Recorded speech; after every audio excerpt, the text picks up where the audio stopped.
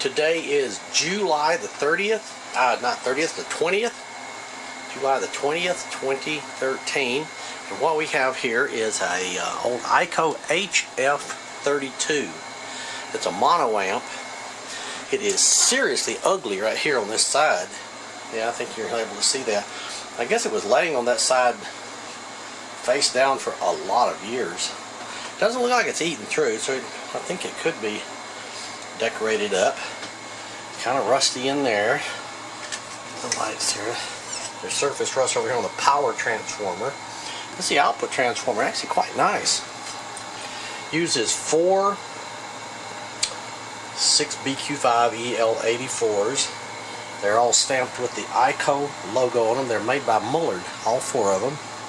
It has 2 Mullard 12AX7s, one right there and one right there. And here are the covers for it. So it has those 2. It's actually quite intact. It has 2 6CA4s, I believe is what they are. They're both Mullard. The only 2 that are not stamped Mullard are these 2 little 6C4s right here. A 6C4 is half of a 12AU7. I don't know why they used 2 instead of one 12AU7, but anyway, that's what they did. Okay, the one thing that's wrong with it is that switch, the on-off switch, is bad. Back in those days, they put it on the treble. It is on the treble switch, so I had to jumper it, but it actually performs quite well, amazingly well. Let me get it set up here so I'm not fumbling too bad, and I'll show you what its output power is and its signal to noise ratio. Okay, it's being driven by this little Tektronix SG505 oscillator. There's its output power in watts, 21 watts at about 0.8% distortion. This is voltage across 8 ohms. If you square that and divide it by 8, you get that. There's its frequency, kilohertz. Here's what it looks like on the oscilloscope.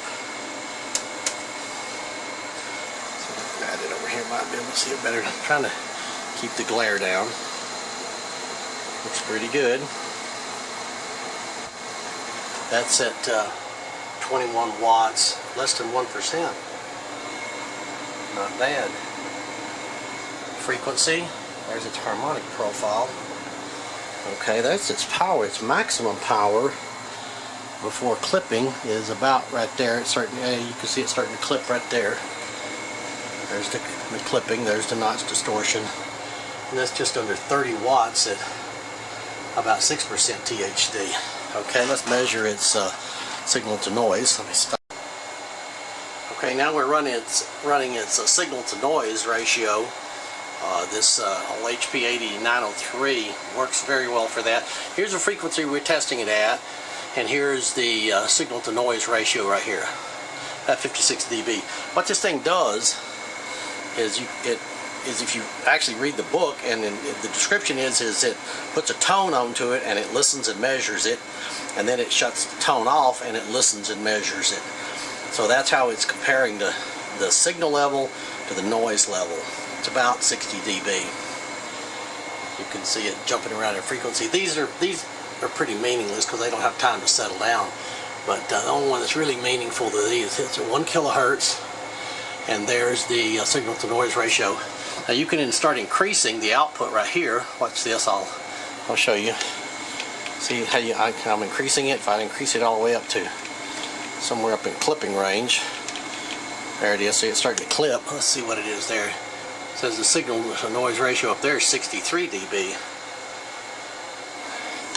But we'll run it back down. We don't want it clipping. There we go.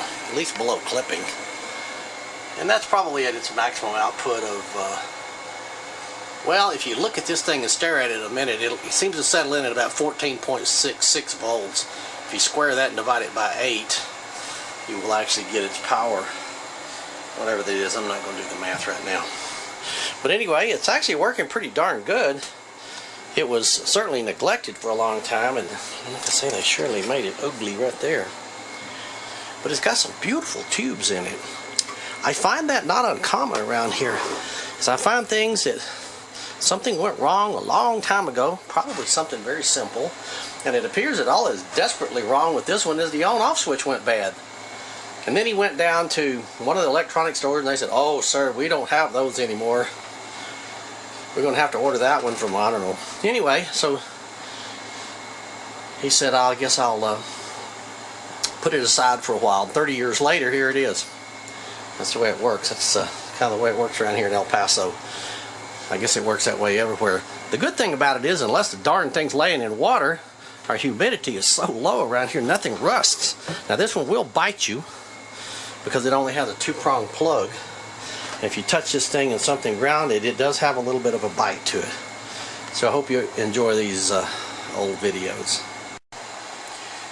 One last little charming feature I want to show you about these old lamps, well, these old tubes that you may or may not be familiar with, is Mullard and I believe Telefunken and Bugle Boy did the same thing, but they made some of the filaments to flare up, just come up really bright, and then dim down when you turn them on. And let's see if I can show you here. I think the ones that are going to do it is this one and this 12AX7.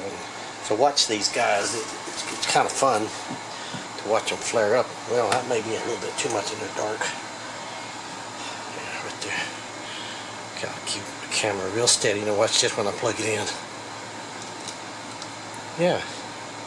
Well, actually, the pilot light came on and kind of swamped it a little bit, but yeah, you could see this one. The filament comes up real bright initially. They're actually meant to do that, and I've always understood that that is supposed to help burn out any gases that are in there. These two actually do it too, but that pilot light, I guess, drowned them out. Just wanted to show you that. For some odd reason, the back two don't do it. I don't know if this one over here does or not. It probably does. That's it.